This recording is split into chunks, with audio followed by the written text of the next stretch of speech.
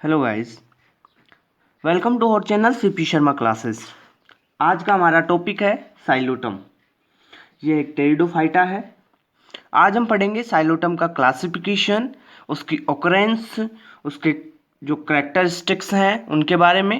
साथ में पढ़ेंगे राइजोम, इसका स्टेम, इसकी लीफ, इनकी स्ट्रक्चर, इनका टीएस, इन सब के बारे में हम पढ़ेंगे। तो अब शुरू करते हैं इसके सिस्टमेटिक पोजीशन यानी इसके क्लासिफिकेशन से। जो साइलोटम है उसको साइलोफाइटा डिवीजन में रखा गया है। इसका क्लास है साइलोटॉप्सिडा। इसे साइलोटेल्स ऑर्डर में रखा गया है। हम जानते हैं कि जो ऑर्डर होता है उसके अंत में हम लगाते हैं एल्स, राइट। फैमिली है साइलोटेसी, तो अंत में क्या लगाया, साइलो के एसी। इसका जीनस है साइलोटम। अब हम देखते हैं इसकी ऑकरेंस यानी ये कहाँ कहाँ पाया जाता है, इसका वितरण, प्राप्ति स्थान कौन कौन सा है। तो जो साइलोटम है ये उष्णकटिबंधीय यानी ट्रॉपिकल और सब ट्रॉपिकल, उष्णकटिबंधीय और उप उष्णकटिबंधीय क्षेत्रों में ज्यादा पाया जाता है। ठीक है, ये स्थलीय, ट्रेशियल और एपिफाइटिक प्लांट्स के रूप में भी पाया जाता है।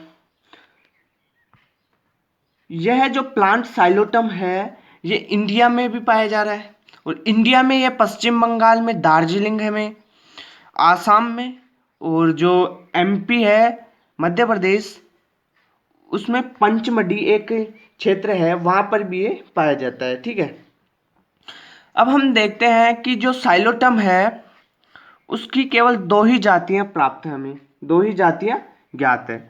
एक जाति है साइलोटम नूडम और दूसरी है साइलोटम फ्लेक्सिडम। जो साइलोटम नूडम है ये जनरली फॉर्म में पाई जाती है, यानी ये सामान्य रूप से पाई जाती है। ये टेरेसियल है यानी मुख्य स्थलीय है, और जो ह्यूमस की मृदा होती है जहाँ पर पत्ते वत्ते गिरे हुए होते हैं, खाद वगैरह अच्छी होती है, तो वहाँ पर साइलोटम नूडम ज़्यादा उगती है। ये वृक्ष फन है, और नारियल वृक्षों में ये एपिफाइटिक रूप में पाई जाती है। ठीक है, वृक्ष में भी पाई जा रही है, फन्स में, नारियल के वृक्षों में ये एपिफाइटिक के रूप में पाई जा रही है। अब हम देखते हैं साइलोटम फ्लेक्सिडम के बारे में। जो साइलोटम फ्लेक्सिडम है मुख्यतः एपिफाइटिक रूप में ही प्राप्त होती है। जो साइलोटम फ्लेक्सिडम है ये मुख्यतः एपिफाइटिक रूप में ही प्राप्त होती है।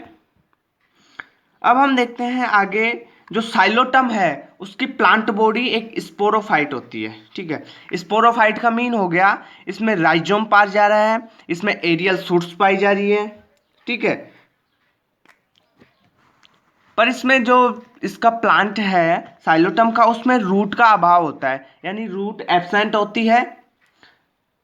जो साइलोटम है उसमें सिनेंजियम बनती है, रिप्रोडक्टिव स्ट्रक्चर, उसमें पाए जाते हैं स्पोर्स, और स्पोर्स होते हैं इसके होमोस्पोरस। ठीक है, और जो इसका राइजोम होता है मल्टी सेलुलर राइजोम पाया जा रहा है इसमें। इसके स्ट्रक्चर हम ये देख सकते हैं, जो इसका ये स्टेम है इसकी एरियल ब्रांचेस निकली हुई है, ये डाइकोटोमसली ब्रांचड होती है। ये क्या होती है, डाइकोटोमसली ब्रांचड होती है, और ये प्रोस्टेट होता है। ठीक है, प्रोस्टेट होता है, इरेक्ट होता है, सीधा होता है, ये उधारू होता है। ठीक है, इसकी एरियल ब्रांचेस पर सिनेंजियम पाई जा रही है, इसकी रिप्रोडक्टिव स्ट्रक्चर होती है। ठीक है, इसकी सिनेंजियम होती है, ये रिप्रोडक्टिव स्ट्रक्चर होती है। जो सिनेंजियम है इसके स्ट्रक्चर कुछ ऐसी होती है। इस सिनेंजियम में ये पाए जा रहे हैं स्पोर्स, ये इसमें स्पोर्स पाए जा रहे हैं, ये त्रिपालित होती है।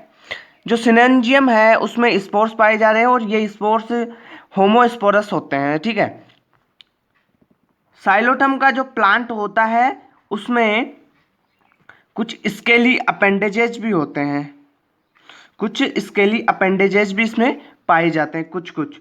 इसका जो राइजोम है उसमें राइजोइड्स पाए जा रहे हैं, यानी राइजोम ये है, इसके ऊपर ये राइजोइड्स पाए जा रहे हैं। इसमें रूट एब्सेंट होती है।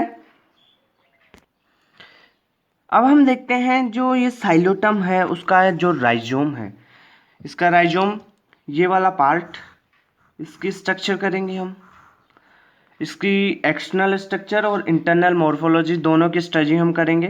साथ में इसका जो एरियल सूट है इसकी स्टडी करेंगे, सिनेंजियम की स्टडी करेंगे, और इसमें कुछ अपेंडेजेस पाए जा रहे हैं, लीव्स और कुछ अपेंडेजेस, लीव की जैसे अपेंडेजेस पाए जा रहे हैं, उनकी स्टडी हम करेंगे।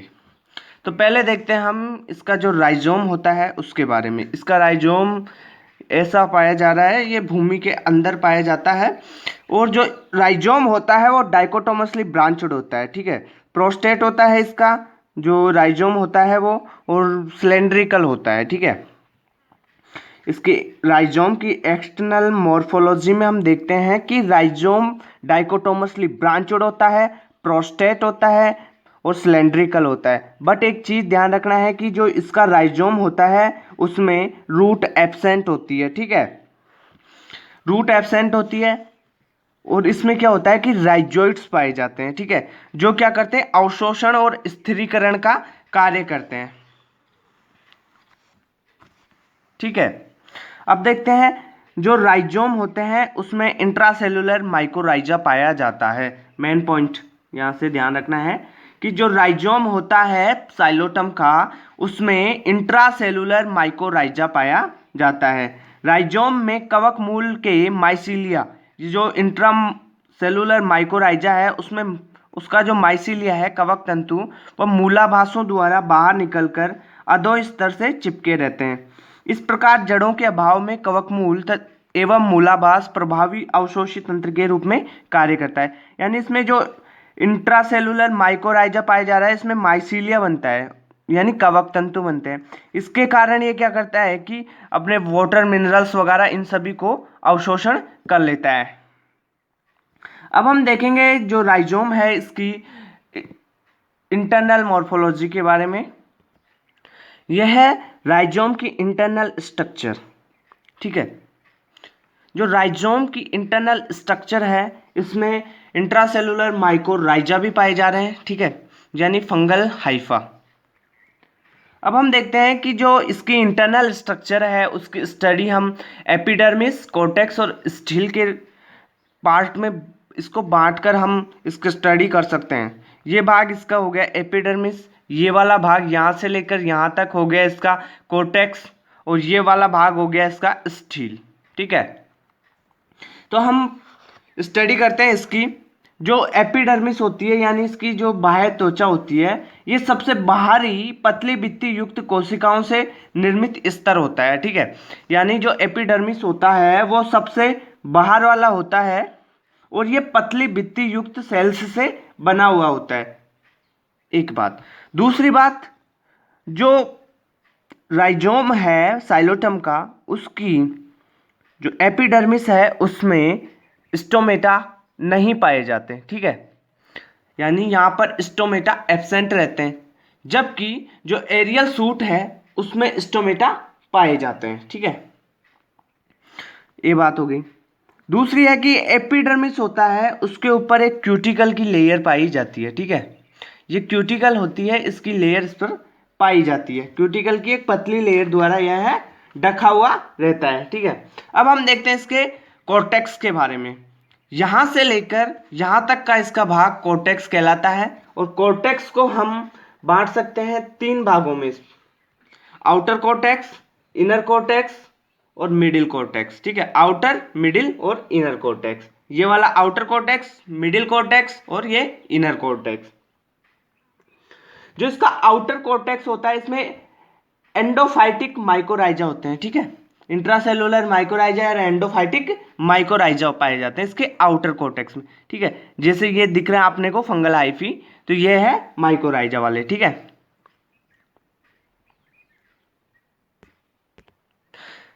दूसरे नंबर पर आता है इसका मिडिल कॉर्टेक्स। इसका जो मिडिल कॉर्टेक्स होता है उसमें स्टार्च संग्रहित रहता है, यानी ये स्टार्च सेल्स होती है, ठीक है। मिडिल कॉर्टेक्स की कोशिकाओं में स्टार्च संग्रहित होता है। इसके आउटर कॉर्टेक्स में फंगल हाइफी पाया जा रहा है और मिडिल कॉर्टेक्स में पाया जा रहा है स्टार्च, ठीक है। अब हम देखते हैं इसका इनर कॉर्टेक्स। इनर कॉर्टेक्स में क्या पाया जा रहा है, इसमें फ्लोवाफिन पाया जा रहा है, ठीक है। एक कंपाउंड है फ्लोवाफिन, इसके बारे में डिटेल से बताएंगे हम। फ्लोवाफिन कंपाउंड इनर कॉर्टेक्स में पाया जाता है। जो इसका इनर कॉर्टेक्स होता है वो गहरे भूरे रंग की कोशिकाओं के द्वारा बना होता है। जो इनर कॉर्टेक्स की जो सेल्स होती हैं वह गहरे भूरे रंग की होती है, और इन भाग की जो सेल्स होती है उसमें फ्लोबाफिन पाया जाता है।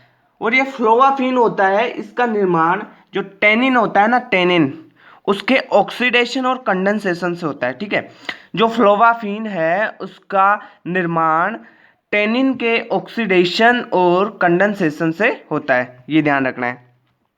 तो हमने देखा कि इसका कॉर्टेक्स को 3 भागों में हमने बांटा है, आउटर कॉर्टेक्स, मिडिल कॉर्टेक्स और इनर कॉर्टेक्स। आउटर कॉर्टेक्स में इसमें फंगल हाइफी माइकोराइजा पाए जा रहे हैं, मिडिल कॉर्टेक्स में इसमें पाई जा रही है स्टार्च, और इनर जो कॉर्टेक्स में इसमें फ्लोबाफिन पाया जा रहा है। और फ्लोबाफिन का जो निर्माण हो रहा है वो जो टेनिन है उसके ऑक्सीडेशन और कंडेंसेशन से हो रहा है। ठीक है, जो इनर कॉर्टेक्स की सेल्स होती है वो गहरे भूरे रंग की सेल्स होती है, और इन सेल्स में फ्लोबाफिन पाया जाता है। अब हम देखते हैं इसके एंडोडर्मिस के बारे में। जो इसका कॉर्टेक्स खत्म होगा, कॉर्टेक्स के अंदर वाला सबसे कॉर्टेक्स के लास्ट वाला पार्ट होगा इसका एंडोडर्मिस। यहाँ पे कॉर्टेक्स खत्म हुआ तो बना एंडोडर्मिस। जो ये एंडोडर्मिस होता है उसमें कैस्पेरियन बैंड्स पाई जाती है। एंडोडर्मिस में कैस्पेरियन बैंड्स पाई जाती है, और इस एंडोडर्मिस के जस्ट नीचे की ओर पेरिसाइकिल पाई जाती है। एंडोडर्मिस के जस्ट नीचे की ओर क्या पाई जाती है? पेरिसाइकिल पाई जाती है। ठीक है, अब हम देख रहे हैं जो साइलोटम का राइजोम है उसमें फ्लोएम बाहर की ओर पाया जा रहा है और जाइलम को घेरे हुए रहता है। यानी जो फ्लोएम होता है वो जाइलम को घेरे हुए रहता है। अब देखते हैं इसकी स्टील के बारे में। इसका जो राइजोम का केंद्रीय भाग होता है उसमें प्रोटोस्टील पाई जा रही है। ठीक है, इसमें कौन सी स्टील पाई जाती है? प्रोटोस्टील, जो मृदुतकीय एक स्त्री परिरंभ द्वारा घिरी रहती है। जो रंभ का केंद्रीय भाग जाइलम ट्रैकिट्स का बना होता है। जाइलम की ट्रैकिट्स होती हैं उनका बना हुआ होता है इसका मध्य वाला भाग। प्रोटोजाइलम और मेटाजाइलम में स्पष्ट विभेदन नहीं पाया जाता इसमें। ठीक है, इसकी जो स्टेम होती है उसमें प्रोटोजाइलम और मेटाजाइलम में स्पष्ट विभेदन नहीं पाया जा रहा है, और इसका जो जाइलम होता है वो फ्लोएम को घेरे हुए रहता है। ठीक है, एंडोडर्मिस में कैस्पेरियन बैंड्स पाई जा रही है। एक बार इसका शुरू से हम देख लेते हैं इसको एक बार बहुत ब्रीफ में। क्यूटिकल पाई जा रही है सबसे ऊपर एपिडर्मिस के ऊपर को। अब हम देखते हैं कॉर्टेक्स के बारे में। कॉर्टेक्स को बांटा है आउटर कॉर्टेक्स, मिडिल कॉर्टेक्स और इनर कॉर्टेक्स में। आउटर कॉर्टेक्स में फंगल हाइफी पाए जा रहे हैं, ये हैं, और इसमें इंट्रासेलुलर स्पेस भी पाए जाते हैं। ठीक है, इंट्रासेलुलर स्पेस सब में पाए जा रहे हैं। यहाँ तक देखो ये स्पेस पाया जा रहा है, स्पेस पाया जा रहा है, सब में स्पेस है। मिडिल कॉर्टेक्स में पाई जा रही है स्टार्च सेल्स होती हैं, और इनर कॉर्टेक्स होता है उसमें फ्लोबाफिन पाया जा रहा है। फ्लोबाफिन का जो निर्माण होता है हम टेनिन के ऑक्सीडेशन और कंडेंसेशन से कर सकते हैं। और इसकी जो एंडोडर्मिस होती है उसमें कैस्पेरियन बैंड्स पाए जाते हैं, और एंडोडर्मिस के जस्ट नीचे इसमें पेरिसाइकिल पाई जाती है। पेरिसाइकिल के बाद फ्लोएम और जाइलम पाया जा रहा है।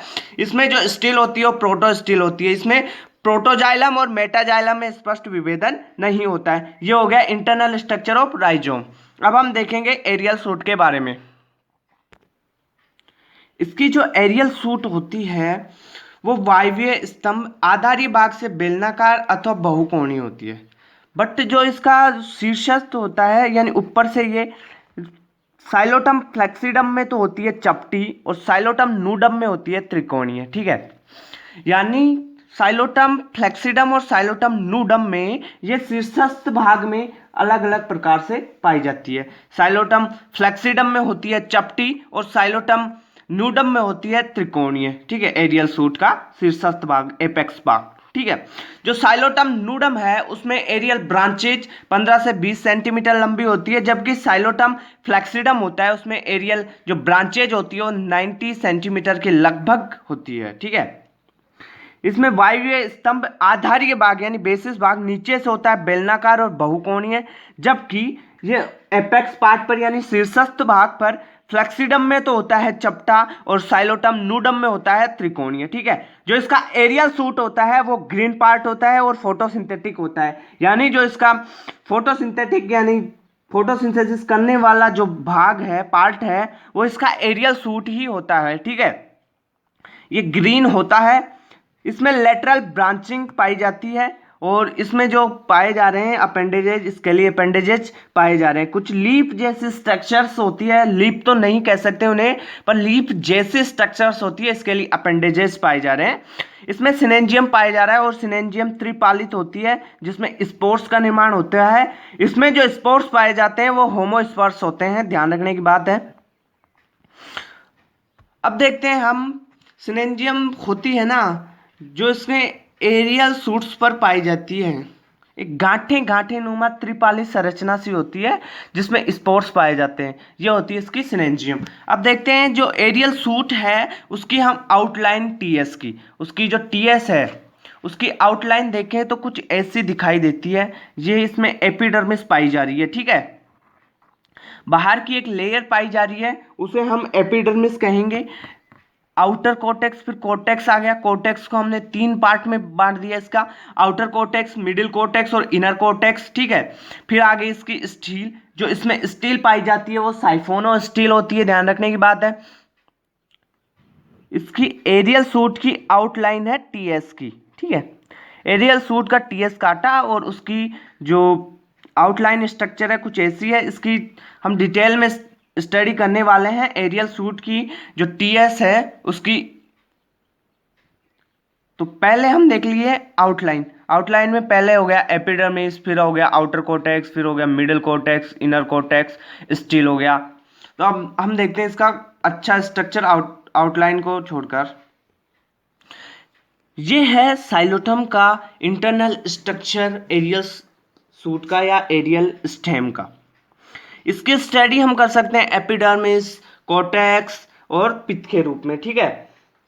जो इसका वायवीय प्रोह होता है उसकी सतह अनुप्रस्थ काट में अनियमित होती है और एक वेवी लाइक दिखाई देती है, यानी तरंगित रूप में दिखाई देती है। हम इसकी स्टडी कर सकते हैं एपिडर्मिस, कोर्टेक्स। कोर्टेक्स को 3 भागों में बांटा गया है, आउटर कोर्टेक्स, मिडिल कोर्टेक्स और इनर कोर्टेक्स। स्टील, इसमें जो स्टील होती है वो साइफोनो स्टील होती है, ठीक है। तो अब हम देखते हैं कि जो इसका एपिडर्मिस होता है वो क्यूटिकल से लेयर होता है, ठीक है, और इसमें पाई जाता है स्टोमेटा, जबकि इसका राइजोम होता है उसमें स्टोमेटा नहीं पाया जा रहा है। इसकी एरियल स्टेम है उसमें स्टोमेटा पाए जा रहे हैं। क्यूटिकल से ये बाहर से लेयर्ड होती है एपिडर्मिस।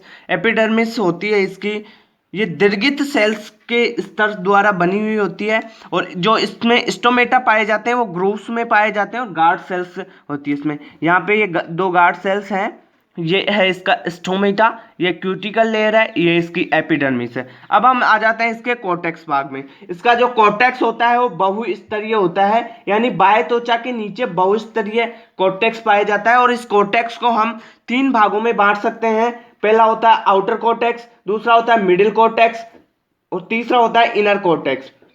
अब हम देखते हैं आउटर कोर्टेक्स के बारे में।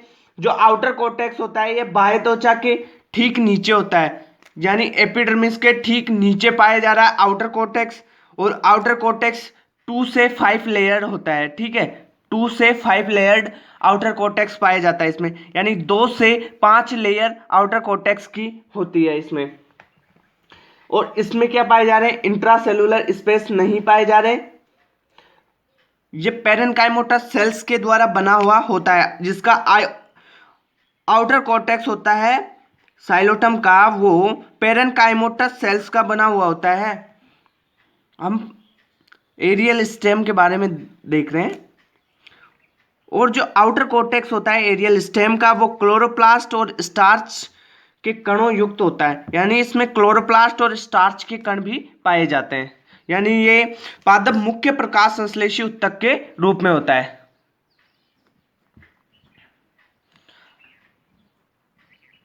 अब हम देखेंगे मिडिल कोर्टेक्स के बारे में। जो इसका मिडिल कोर्टेक्स होता है वो 4 से 5 लेयर का होता है, ठीक है,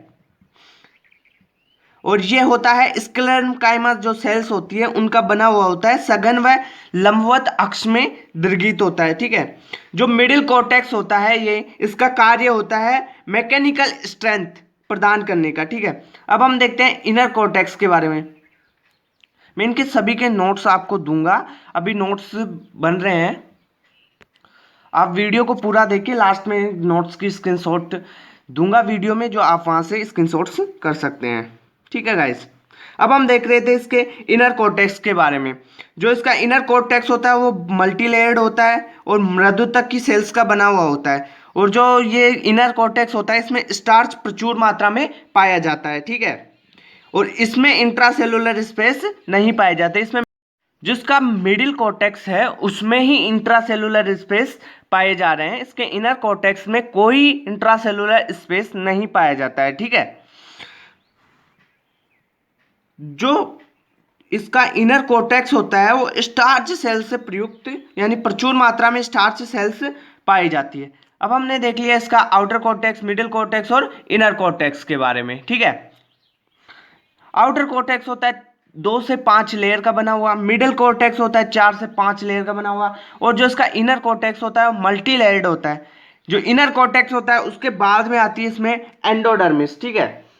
इसकी जो एंडोडर्मिस होती है उसमें केस्पेरियन बैंड्स पाए जाते हैं, और जो कोर्टेक्स होता है उसके सबसे अंदर की परत होती है इसकी एंडोडर्मिस, ठीक है। और एंडोडर्मिस में केस्पेरियन बैंड्स पाए जा रहे हैं। एंडोडर्मिस के ठीक नीचे, जस्ट नीचे पेरिसाइकिल होती है इसमें, ठीक है। अब हम देखते हैं इसके स्टील के बारे में। इसमें जो स्टील होती है वो साइफोनो स्टील होती है, और स्टील के सेंटर में दृढ़ोतकी सेल्स की बनी हुई होती है, ठीक है। सेंटर से जो स्टील होती है वो दृढ़ोतकी सेल्स की बनी होती है, जो पित्त प्रेजेंट होती है जिसमें, यानी जो स्टील होती है उसमें पित्त प्रेजेंट होती है और वो बनी होती है दृढ़ोतक की सेल्स की बनी होती है। पित्त को जाइलम परिबद्ध किए हुए रहता है। जाइलम वलय से अनेक जो रेडिएटिंग रेज होती है वो निकली हुई होती है, और इन किरणों की संख्या परिपक्व स्तंभ में 8 से 10 तक होती है। और जो इसमें जाइलम होता है वो एक्जार्क होता है। इसमें जाइलम कौन सा पाया जा रहा है? एक्जार्क पाया जा रहा है, ठीक है। प्रोटोजाइलम ट्रैकिड्स अरीय किरणों के शीर्ष पर स्थित होती है, और प्रोटोजाइलम स्पाइरल तथा सोपानवत होता है, स्क्लेरिफॉर्म होता है। इसका जो प्रोटोजाइलम होता है स्पाइरल और स्क्लेरिफॉर्म युक्त होता है, जबकि इसका जो मेटाजाइलम होता है वो सोपानपत और पिटेड होता है, यानी गर्तमय होता है। फ्लोएम केवल जो सीवा ट्यूब्स और मृदुतक की सेल्स से निर्मित होती है, तथा जाइलम के चारों ओर पूर्ण वलय बनाता है। जिसका फ्लोएम होता है ये इसका फ्लोएम है, ये इसके चारों ओर, जाइलम के चारों ओर एक वलय सी बनाता है। ये है प्रोटोजाइलम, ये है मेटाजाइलम, ये है इसका फ्लोएम। जो इसके सेंटर होता है उसमें साइफोनो स्टील प्रेजेंट होती है। अब हम देखते हैं इसके लीफ लाइक जो अपेंडेजेज होते हैं इसमें, वो उनके बारे में। पत्ती की जो आंतरिक संरचना होती है अत्यंत सरल प्रकार की होती है, और इसमें एक स्तर बाह्य त्वचा यानी एपिडर्मिस पाई जा रही है, ठीक है। यह है इसकी क्यूटिकल लेयर, ये इसमें पाई जा रही है एपिडर्मिस, ये है इसकी मेसोफिल सेल्स, ठीक है। और इसमें ये पाए जा रहे हैं क्लोरोप्लास्ट, ठीक है, इन्हें कहते हैं हम क्लोरोप्लास्ट। ये क्यूटिकल की मोटी परत द्वारा ढकी हुई रहती है। इसके बाहर एक क्यूटिकल की मोटी परत है, तथा इसमें रंध्र अनुपस्थित होते हैं, यानी इसमें स्टोमेटा प्रेजेंट नहीं होते हैं, ठीक है। जो इसमें मेसोफिल होता है वो क्लोरोफिल युक्त क्लोरेनकाइमा से निर्मित होती है, यानी जो क्लोरोफिल है वो प्रेजेंट होता है इसके मेसोफिल में। पर्ण मध्योतक कोशिकाओं में अल्प विकसित अंतरकोशिकीय अवकाश होते हैं। पर्ण में वेस्कुलर टिश्यू का अभाव होता है, यानी इसमें वेस्कुलर टिश्यू नहीं पाए जाते हैं। रंध्र व सहवन उत्तक के अभाव के कारण पत्तियां प्रभावी प्रकाश संश्लेषण का कार्य नहीं करते। तो इसमें प्रभावी प्रकाश संश्लेषण का कार्य कौन करता है? इसमें लीफ नहीं करती है, तो करता कौन है? तो इसमें करता है एरियल स्टेम। तो हमने पहले देख चुके हैं कि जो इसका एरियल स्टेम होता है उसमें स्टोमेटा पाए जाते हैं। फोटोसिंथेसिस के लिए इसका एरियल स्टेम यूज आता है। एरियल स्टेम में हमने देखा था कि इसमें ये स्टोमेटा पाए जा रहे हैं, ये इसमें गार्ड सेल्स पाई जा रही हैं, ठीक है guys. Please subscribe my channel and like share videos. मैं